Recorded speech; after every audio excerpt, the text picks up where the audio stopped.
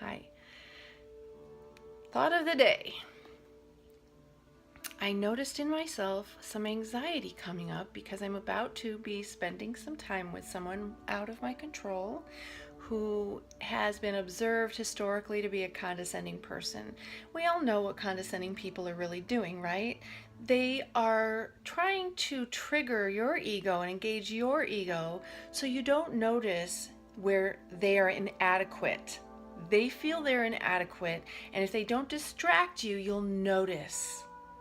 And this particular person tries to throw off an air of being very zen, but then will say sarcastic and rude things and things that try to make other people feel insecure.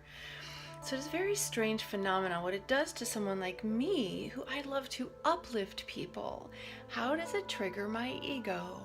How does it generate that root chakra, low resonating energy of protection and survival? I don't need to protect myself against a person like this. Really, what is the proper response is either none, stay away from people like this if you can, but if you can't, what do you want to do? Elevate yourself out of your root trigger, your ego trigger, into your heart, into your throat, your third eye, your crown, so that you feel comfortable, confident, and energized to tell this person how much you love them and how great you think they are. Do the opposite of what they do. Uplift them. Make them feel good about themselves, because isn't that who you are and what you do? I think about the people that I love spending the most time around. For example, my girlfriend Belinda, I'm calling you out. Everyone says what great hugs Belinda gives. When Belinda gives you a hug, what do you feel? You feel loved. When I spend time with people, hopefully, what do they feel? They feel loved. Why? Because I acknowledge them. I actually see their greatness and their beauty. And that's also why I'm a photographer, why I'm a successful photographer, and people love my pictures I take of them, because I see them how they wish to be seen. I see their beauty and their greatness, and I capture that on film. It's not really film anymore. So rest assured, if you are a loving person, you just shower this person with love. And, in a sense, you can take pity on them when they go root chakra and try to be defensive, and point out the weaknesses or trigger, engage the egos and trigger insecurities in other people. That's really sad. And you just love them, and that is all, and love yourself. Don't try to guard yourself. Don't try to come up with comebacks or things you can say to shut them down. Just love them and let them know that you're doing that. And if someone says something to you that is rude or condescending, you just say, well, I love you anyway. I still love you. I still love you. You're great. I still love you. And let that be your truth.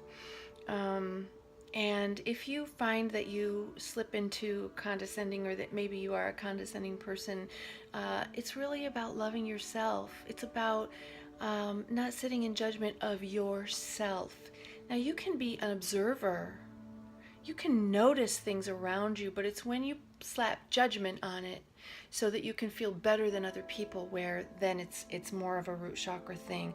Raise that vibration into just pure observation. Don't feel bad if you notice things. It's okay to notice things. You have senses. You have intuition also, so that you can notice things, but you don't need to connect your ego to it, which then puts it in a category of, is it better or stronger and more powerful than you, where you have to protect yourself from it. That's unnecessary.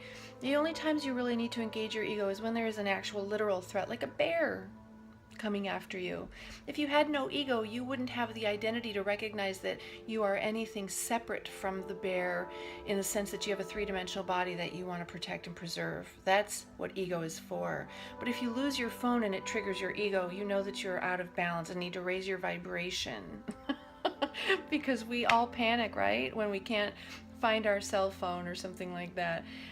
Obviously, like when I leave the house and leave my kids home for an hour or so, and I don't take my phone with me, it does trigger my fear a little bit, because then my kids can't get a hold of me. But you know what I do? I blast them with a protective bubble, and I know that they will be just fine. So blast yourself with a protective bubble. fill it up with tons of high resonating love, vibration, and energy so that you have plenty, and put a love bubble around that condescending person, because you know they're just very fearful and insecure for some reason, and that reason is really none of your business unless they want to confide in you about their insecurity. But just love them. Make sure you breathe deeply, drink lots of good water with the sea salts in it, and some lemon, and maybe some maybe maple syrup and cayenne, and get yourself a good cleanse going in those electrolytes so that you're conducting a lot of electricity. That's really very important too. This isn't just airy fairy ideas. This is about physical energy that's measurable. And that is one way to raise your vibration, or to conduct more energy. So you're going to magnify your vibration. So if you are low vibrating and you infuse yourself with a lot of that saline suspension, right? So you're conducting a lot of electricity, that's called electrolytes, then you're going to magnify that chakra, lower vibrating root chakra vibration. But if you're a very empowered heart chakra and up, you're going, and your solar plexus, they're all very important, but you really want to be balanced, and you really want to be resonating at a much higher frequency. So I love you guys, and bye.